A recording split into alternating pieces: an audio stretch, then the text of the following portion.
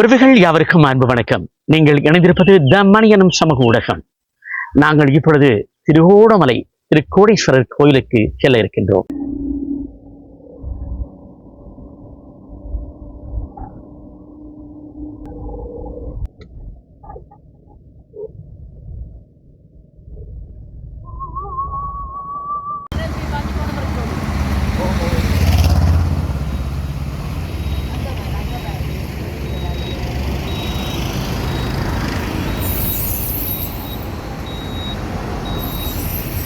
இவர்கள்தான் இலங்கை அரசாங்கத்துக்கு புதிய எதிரிகள்.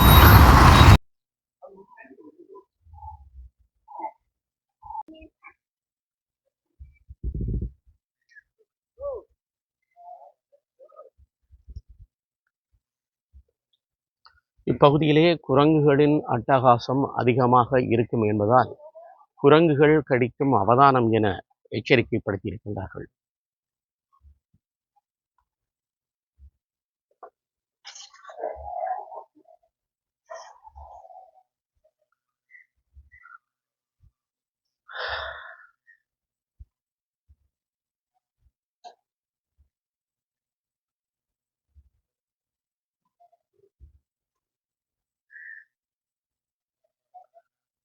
பன்னிரு திருமுறைகளை முற்றுமாக ஓதுவதும் இங்கே 63 பெருமைகள் நாயன்மார்களுடைய பெருமைகள் பாடப்படுவதும் இவ்விடத்தில் என்பதும் இங்கே குறிப்பிடத்தக்கது.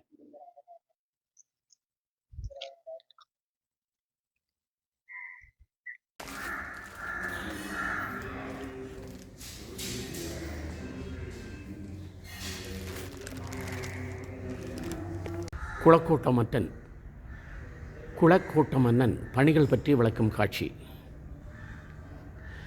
கண்ணப்பனாருக்கு சிவருமான் காட்சி கொடுத்தமை. ராமணன் கல்வெட்டை நீங்கள் பார்த்திருக்கின்றீர்கள், அறிந்திருப்பீர்கள்.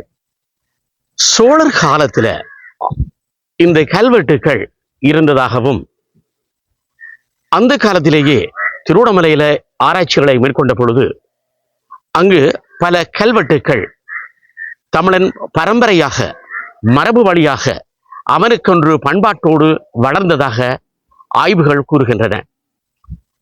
இது மட்டுமல்ல, 1972 ஆண்டு கால பகுதியில் தொல்பொருள் ஆராய்ச்சி நடந்திருக்கின்றது. அந்த ஆராய்ச்சியிலே கூறுகின்றார்கள், சோழன் காலத்திற்கு முற்பட்டே தமிழர்கள் கல்வெட்டுக்கள் அடையாளத்தை கொண்டிருந்தன இந்த திருகோணமலையில் என்பதும் இங்கே குறிப்பிடத்தக்கதாக இருக்கின்றது.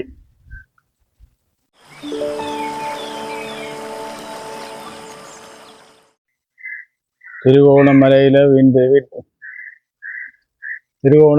குடியிருக்கின்ற புவனேஸ்வர பெருமானே, நான் பிறந்து வளர்ந்ததுக்கு நான் உங்களை தேடி ஒரு நாளும் வந்ததில்லை. இன்றைக்கு நான் உங்களை நம்பி வந்திருக்கிறேன். கடைசி காலத்தில் இந்த நாட்டில் நான் வாழவும் வந்து ஆகப்பட்டு உள்ள குட்டிகளுக்கு சொல்லாம 60 லட்சத்தை கொண்டு வந்து ஒரு வீட்டுக்கு அட்வான்ஸ் கொடுத்துட்டு வந்த நான் 6 மாசத்துல மிச்சத்தை கொண்டு வந்து தந்து வீட்டை எடுக்கிறேன் என்று சொன்ன நான் 6 மாசத்துல மிச்ச காசு கொண்டு வந்துட்டேன். ஆனா எந்த வீட்டுல இப்ப வேறு யாரோ இருக்கணும் எனக்கு வீடு காட்டின ஏஜென்சிக்காரனை தேடுவதோடு தேடுறேன். புவனேஸ்வரரே, உங்களை நம்பினா நீங்கள் கைவிட மாட்டீர் என்று சொல்லி இன்றைக்கு முதல் முறையா உங்களை தேடி வந்திருக்கிறேன். புவனேஸ்வரரே, என்ன கைவிட்டுடாதேங்கோ.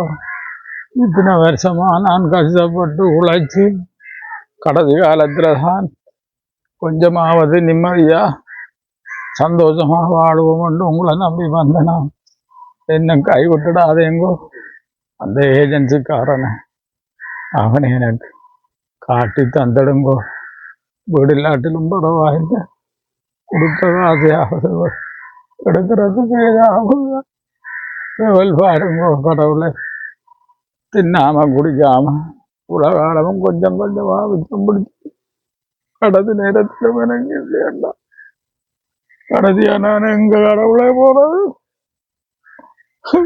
கை விட்டுட்டாங்க கூட என்ன மாதிரி கனவு ஏமாந்து போச்சுன்னு எவ்வளவு காலத்துக்கு ஏமாற இனி என்னால கூட இல்லாது தேட இல்லாது கடவுளை எனக்கு கனவுலையாவது காட்டி போடு பின்னாலே இல்லாது என்ன காப்பாது ஐயா கடைசி நேரத்தில் நானும் மறுபடியும் இங்கே வந்து இருப்போம்ல அங்க இருக்க போறதுன்னு தெரியல இங்க வயோதி பெருமணம் இருக்குது எனக்கு அதுக்கு கட்டுறதுக்கு எங்க ஐயா எங்களுக்கு ஏலாத ஐயா முந்தித்தான் கைதடியிலே ஒரே ஒரு மடம் கிடந்தேன் அங்க சும்மா இருந்தவன் இங்க சும்மா இருக்கிறத தேட வேண்டி கிடக்குது எல்லாத்துக்கும் காசு வேணும் என்ன கை விட்டுடாது ஐயோ வைவா என்ன கையை விட்டுவாரு இந்த கை விட்டுவா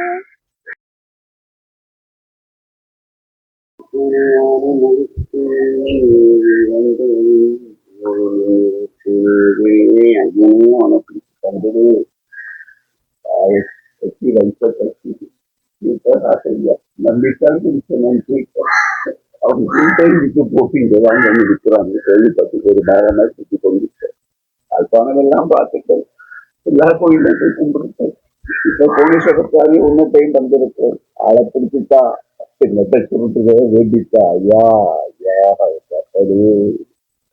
திருத்தலங்களை தூய்மையாக வைத்திருக்க வேண்டும்.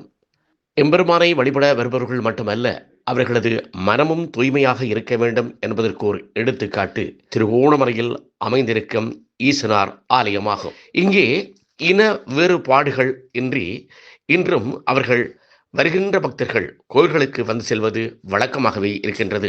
ஒரு காலத்தில் பெரும்பான்மையாக தமிழர்கள் வாழ்ந்த இந்த இடம் தற்போது சிங்களர்களே பெரும்பான்மையாக வாழ்கின்றார்கள் என்பதும் குறிப்பிடத்தக்கது. அதே வேளையில் இந்த பகுதிகளில் முஸ்லிம் மக்களும் சகோதரத்தோடு வாழ்ந்து வருவதாகவும் வரலாறு கூறுகின்றது. இவ்வகையான திருத்தலங்களில் மட்டும்தான் மானும் மயிலும் காகமும் என கூடி வாழ்வதை நாம் காண முடியும்.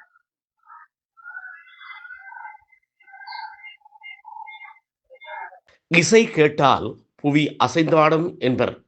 ஆனால் இங்கே கோவில் மனை ஓசை கேட்டதும் அங்கே மயில் தோகை விரித்து ஆடுகின்ற காட்சிகளும் அவ்விடத்தில் உலா வருகின்ற காட்சிகளும் உண்டு.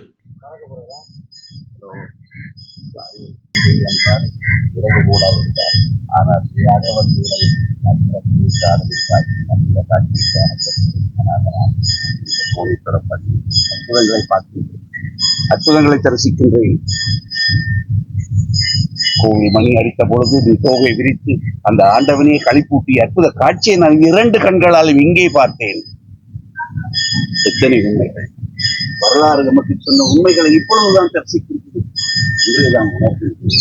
ஆண்டவா, என் ஐயரே, பெருமானே, என் இன்னலில் இருந்து என்னை மீட்டுத்தான்.